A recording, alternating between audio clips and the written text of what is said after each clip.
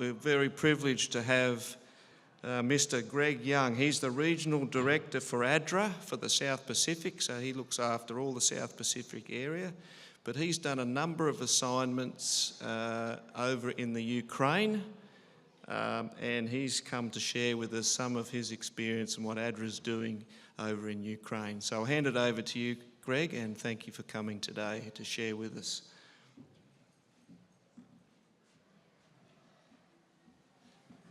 Thank you, Andrew. Good morning, everybody. It's a pleasure to be here again. It's been a while since I've been here, but it's good to come back. So I just wanted to share, I've been to Ukraine 3 times. I've been blessed to go over there and support the ADRA program. Just recently in January and February of this year. The first time was in 2022, just after the conflict started with Russia. And yeah, that was a very different experience at that point in time. And the last time I went there, I was there for nearly 2 months. I said in January and February. So let me just share a short presentation with you. ADRA Ukraine has, I don't know whether you can see that or not, but it actually has 7 different offices throughout Ukraine and 7 warehouses where they distribute support and supplies for those in need. We have actually 2 offices in Kyiv. One of the offices in Kyiv is in a clinic, a Seventh-day Adventist clinic where the building is, and that's right in the centre of Kyiv. And the other one is at the seminary in Bucha. Some of you may remember the paratroopers from Russia dropped into Bucha trying to surprise the Ukrainians, and they burnt the Antonov, the world's largest plane. You may have seen it. So we've got a seminary down there, Adventist Seminary, and we have an ADRA office there that they've given us. Interesting that in a lot of our country offices around the South Pacific, we probably have a few different initiatives in each country. You know, we might do water and sanitation, we might do food, but it's usually restricted to about 3. In Ukraine, they're helping in so many different areas because of the need. And ADRA Ukraine, when they first, before the war, only had a handful of people working for them. And then all of a sudden the war started, the funds came in and the program exploded, so they end up with hundreds of people working in Ukraine. So one of the things that they help with is protection. I'm not sure whether you can read that or not. Sorry, it's not bigger, but they provided a lot of social transport as such, and that was to get people away from the conflict areas. And they actually evacuated over 42,000 people from the conflict areas. Now, that's a lot of people when you don't have a transportation company. So ADRA had to, they got a couple of buses that were donated, and they had a few vans that they'd purchased, and they managed to get a lot of people away from the conflict area. They have about 71,000 people that they've supported that are living in shelters supported by them. So a lot of people have been displaced. They call them in Ukraine IDPs. Just recently we had World Refugee Day, you may remember it, but IDPs are internally displaced people. They're not considered to be refugees as such, but they go through a difficult time just as much because a lot of these people have lost their homes, their cars, all their belongings. Many of them have lost family members, and they put them in these shelters. So they're still remained in the country. A lot of folk have left the country as refugees for safer places, but many wanted to stay in the country. And you can see in these photos with protection, there's in the shelters they provide food, they provide a lot of activities for the children, they have things to keep adults busy as such, and just keep them in a safe place and provide food. My first time in Ukraine was up in Mukashevo. It came from the Ukrainian border, from the Romanian border, I should say, and drove across, and I went to one of our shelters there that belonged to the Seventh-day Adventist Church. And it was just encouraging to go there and see so many people that were being supported by ADRA, and the church there provided a safe place to stay, education for the children, and good food for them to eat. The other thing that ADRA's been very much involved with has been shelter and infrastructure the restoration of infrastructure. So there was a lot of light and medium house repairs done. When you go over there, what a lot of the Russian soldiers did when they got to these houses, the ones that even hadn't been hit by shells at all, they would kick down the doors, they would smash all the windows, they'd go inside, they would take whatever they could, and believe it or not, they were taking a lot of white goods. They were taking stoves, refrigerators, microwave ovens, anything like that, they were putting on trucks and taking them back to Russia. And they were quite surprised that the Ukrainians were living at such a high standard. But they would smash all the windows because it gets extremely cold over there in winter. And they're triple glazed windows, many of them. And they know if they knock the windows out and the doors down, people will freeze to death if they go back into those places. So we provided a lot of support to help restore all of those homes. We gave out over $500,000, and these are US dollars, by the way. This is a presentation that was sent to me by Leonard from ADRA Ukraine. He's the country director. And they gave out a lot of construction material vouchers where they would be able to go to a hardware store and other places to buy for those who could actually purchase goods and make the repairs themselves. So solid fuel was another thing that we gave out during that time. Many of you know those little briquettes, probably you've seen them, different times that you can burn those in your stove to keep you warm. So that was very much in demand as well. And heating systems, there were 28 shelters where we put in these big heating elements that helped heat the whole the shelter to keep people warm. And you can see here, at a hardware store, we provided a lot of beds as well for these shelters. You can see them down the bottom there's vouchers. They were given to be able to purchase stuff themselves to help repair their homes. Non-food items are a very big thing as well. Obviously, we had a lot of winterisation kits that we had to get to people before winter started, in the form of blankets and many other ways of keeping warm. And they gave out shoes and clothing to nearly 5,000 people. And generators were very popular too, so we were able to secure nearly 200 generators and hand out. You can see the non-food assistance there, just taking, and you probably can't see it, but the middle photo at the top are those little briquettes that they are able to burn in their stoves. Now, one of the things that is a big need in Ukraine, once upon a time in Ukraine, the Ukrainians were telling me that if you had a mental health problem, you were weak.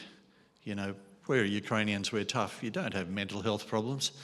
And but since the war started, they just noticed the mental health problems, people really struggling with their mental health simply because of the war, losing loved ones, losing their homes, etc. So we've helped over 34,000 people with the mental health problems, and the way they've done that is they have 24 psychologists and 3 psychotherapists, and a lot of that was done by visiting communities that were nearby the conflict area that were affected, and also online as well, so people can call up online. You know, you've heard of Lifeline in Australia and a lot like that.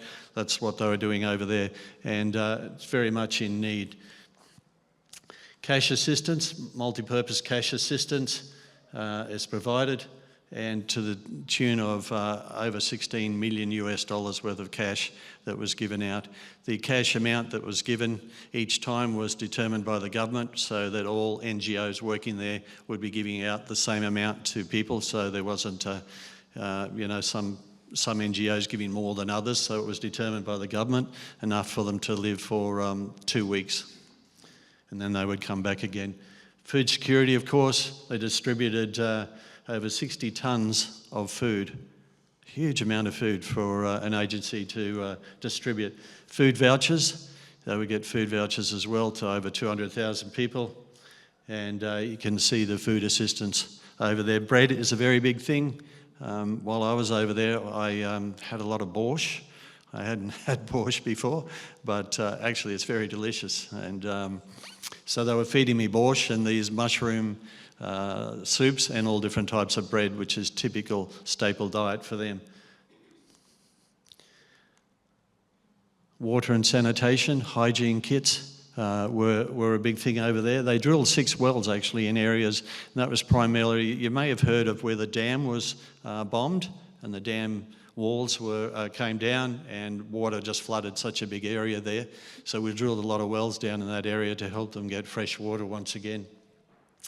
And they installed a lot of purification systems in places that actually needed that. And over 40,000 people received access to drinking water. Obviously, health. We worked with a company called Airlink. And Airlink is a company in the United States that had a lot of, a lot of credit with different airlines around the world. So when we would fly over there, Airlink would organise our airfares for us, and it was almost like a milk run. We'd fly to this country, that one, and come back here and go there. But we'd get there for virtually no cost. But Airlink would fly in near countries nearby, and then we'd transport over a lot of medical supplies. And the big thing was generators for these hospitals, and different hospitals really needed a lot. Wheelchairs were very much in demand because of all the people affected by stepping on mines, of course. And this is Vitali, who was in charge of a lot of transportation, just being thanked by the CEO of one of the hospitals there. So you can see they worked in 10 different areas, 5 in emergency assistance, and of course the important thing for the Ukrainians is not just the emergency that happens straight away, but it's long-term development. How can they get back on their feet again? And 16 projects were successfully completed in 2023. And you can probably see all the donors there. The network one up the top, the network is what happens in a major disaster like this, all the ADRA offices around the globe, supporting offices, will put money into a fund, pool it all, and then the country office like ADRA Ukraine will write a proposal for those funds and be able to implement them. So there was a lot from all different ADRA offices right around there. You got Poland, you got Hungary and Czech Republic and Slovakia, Germany, all of those places were giving a lot of money. You may have noticed there LDS, Latter-day Saints. Interestingly enough, the Latter-day Saints don't have an agency like ADRA, but they love the work that ADRA does. And they gave a lot of funds towards the work that ADRA was doing in Ukraine. And just on a side note, you heard about the landslide in Enga in Papua New Guinea.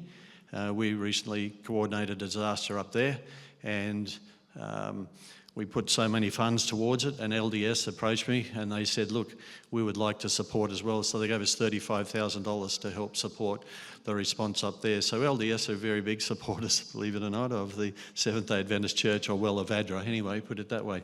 So there was it $15 million worth of aid that they provided in 2023. This year, they've got so many projects, and there'll be about $12 million worth of aid provided this year. And of course, with any agency, the same with any ADRA office around the South Pacific, you're always planning for new projects, writing proposals, etc. So currently, this is what they're writing, just a few projects that proposals that they're writing at the moment. They may not be successful. But one of the things that's very interesting is they love prayer. They love people to pray for them. Many of the folk that work for ADRA Ukraine are not Seventh-day Adventists. There's a number that are Seventh-day Adventists, and we would meet once a week with all of the staff, many in person, and a lot would join by a Zoom. And we would have a worship for them, and they really enjoy and encouraged by prayer that's been shared with them from around the globe from the Seventh-day Adventist Church. And this morning it was talked about the prayer warriors you have here. I'm just wondering if you can put ADRA Ukraine on your list if you don't already have it there, but they really love knowing that people are praying for them. And particularly the young people over there, they're really suffering. I stayed with the country director on my way out of Ukraine in Kyiv, and when the sirens would go at night and shells would start coming in, They would hide in the bathroom at the union office there, and the bathroom is in the middle of the house and there's no windows. And you've got 2 teenage children there that are just so scared and just lying there all night and then have to go to school the next day. So life isn't easy for even those that are still in their homes and away from the conflict area, because things are still happening there.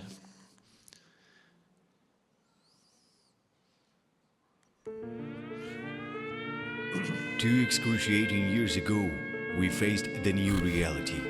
The reality where the full-scale war has brought a great deal of uncertainty, a lot of pain, and many needs for support. I came, opened the door, cried, because there was nothing. I sat right on the doorstep, screamed, and cried. What can I do? Who will help me? I had this feeling of great fear. Where will I live? How will I live? What will happen to me? During these times of uncertainty, when the area of government-controlled Ukraine territories has significantly reduced and the lives of ordinary people are badly affected by the painful implications of the war, ADRA Ukraine, with the support of these numerous international partners, is here to give hope to those who have lost everything. The work we are doing is not only about providing assistance, but also about showing that the human dignity can be maintained and promoted regardless of the ongoing events. These products are stored here in special conditions according to donors' requirements. Everything comes here from other warehouses all over Ukraine and on different projects. At the moment, we're working in Kupiansk district and representing ADRA to help people in this region. Also, our volunteer team has recently been enriched with people from other countries, in particular Finland, and has become international. Over these 2 years, thanks to the support provided by our donors, ADRA Ukraine has been at the forefront of advocating dignity and saving human lives. Our volunteers have become invisible heroes during this time of great challenge. Honestly, like you hear, I don't think many people understand how it is to live under the influence of war. It's so different experiencing this in person than just watching the news. The front line is just there, and we could see the smoke, we could hear the explosions, and after experiencing even a little bit of the hard, cold reality that the people live in here, it's just unbelievable to me that some people just don't care, or they think that they don't need to help, because the war is still going on, and that's why Ukraine needs our strong support. Thank God that there are people who help us, who are there for us. We have already rebuilt the roof and windows, but there is no ceiling, only beams and the floor, and the house needs a stove and wood to heat it. That is a lot of work. Thanks to our humanitarian project and many people all over the globe who responded to our call for help, the local population in the eastern part of Ukraine now has access to much needed fuel materials. This has contributed to improvement of the living conditions, since now people can heat their homes despite the lack of resources caused by the armed conflict. Thanks to our cooperation with the governmental agencies and humanitarian organizations in 35 countries worldwide, over 2,600,000 people have already received support. Still, despite such a significant progress, the situation is still challenging, and there is a great need for further support of Ukrainians dealing with the implications of the war on the daily basis. Over 17% of Ukrainian territories are now non-government controlled. This area is larger than the territory of Czech Republic or Austria. Yet people continue to sow their fields, risking their lives without even knowing if there will be a harvest. There's such a compassion and solidarity inside of me that it just drives me. And it's also very inspiring to see the unity that the Ukrainian people have, the strength that they have. They are just fighting the situation that they are in. It's inspiring. I want to be at least trying to be as cool person as any Ukrainian. International support of Ukraine is crucial to stop the potential crisis in Europe. Provision of financial assistance and other forms of humanitarian aid is a decisive factor to determine the future of both Ukraine in particular and the whole civilized world in general. We have been here since the very beginning, and now we still keep doing our best. Our charitable organization and its partners stand with those who are in need of support, from volunteers distributing food and medicines to shelter and housing assistance programs. We are still here to serve the people.